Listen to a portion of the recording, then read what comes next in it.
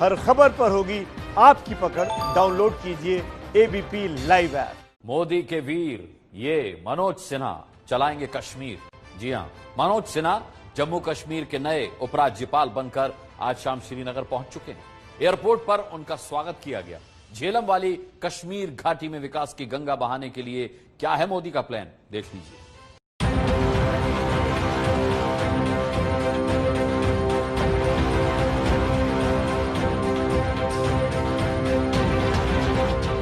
पाकिस्तान के प्रधानमंत्री इमरान खान कल पीओके के मुजफ्फराबाद पहुंचे थे। यहां उन्होंने हिंदुस्तान के खिलाफ एक मार्च निकाला। ये तस्वीर उसी की है। कल 5 अगस्त था, यानी 370 के बेड़ियों से कश्मीर की आजादी की तारीख।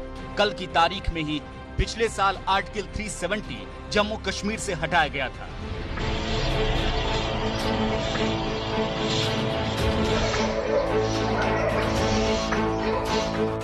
इसके बाद मोदी सरकार ने ब्यूरोक्रेट जीसी मुर्मू को वहां का उपराज्यपाल बनाया। मकसद तो था पाकिस्तान को उसी की भाषा में जवाब देने का, लेकिन सरकार के इस मकसद को पूरा करने में शायद मुर्मू कामयाब नहीं हो पाए। यही वजह रही कि जिस 5 अगस्त को जम्मू कश्मीर 370 की बेड़ियों से आजाद हुआ, साल भर बाद उसी 5 अगस्त को मुर्मू की विदाई हो गई और मोदी के भरोसेमंद मनोज सिन्हा को जिम्मेदारी दे दी गई।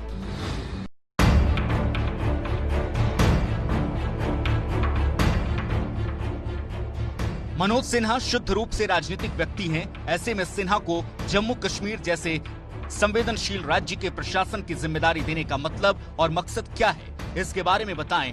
उससे पहले थोड़ा मनोज सिन्हा को जानिए। 57 साल के मनोज सिन्हा गाजीपुर के रहने वाले हैं। मोदी सरकार 1 में संचार और रेल राज्य मंत्री रहे। यूपी चुनाव के बाद सीएम की रेस में नाम आया था। पिछले साल लोकसभा चुनाव हार गए थे। कहा जा रहा है कि साल भर बाद अब राज्य में राजनीतिक गतिविधियों को बढ़ाने और जनता में विश्वास पैदा करने की जरूरत है। ऐसे में उम्मीद जताई जा रही है कि मोदी सरकार के लिए मनोज सिन्हा संकट मोचक साबित हो सकते हैं।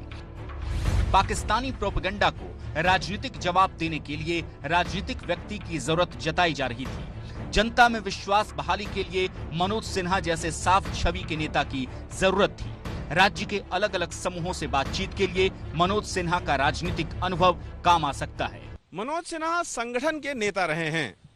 छात्र जीवन से ही विश्व हिंदू परिषद से जुड़े और 23 साल की उम्र में ही बीएचयू छात्र संगठन के अध्यक्ष भी बने। बीजेपी में मनोज सिन्हा एक जमीनी नेता माने जाते हैं और माना यह जा रहा है कि मनोज सिन्हा जैसी राजनीतिक शख्सियत के जरिए बीजेपी घाटी में अपने लिए राजनीतिक जमीन भी मजबूत करेगी।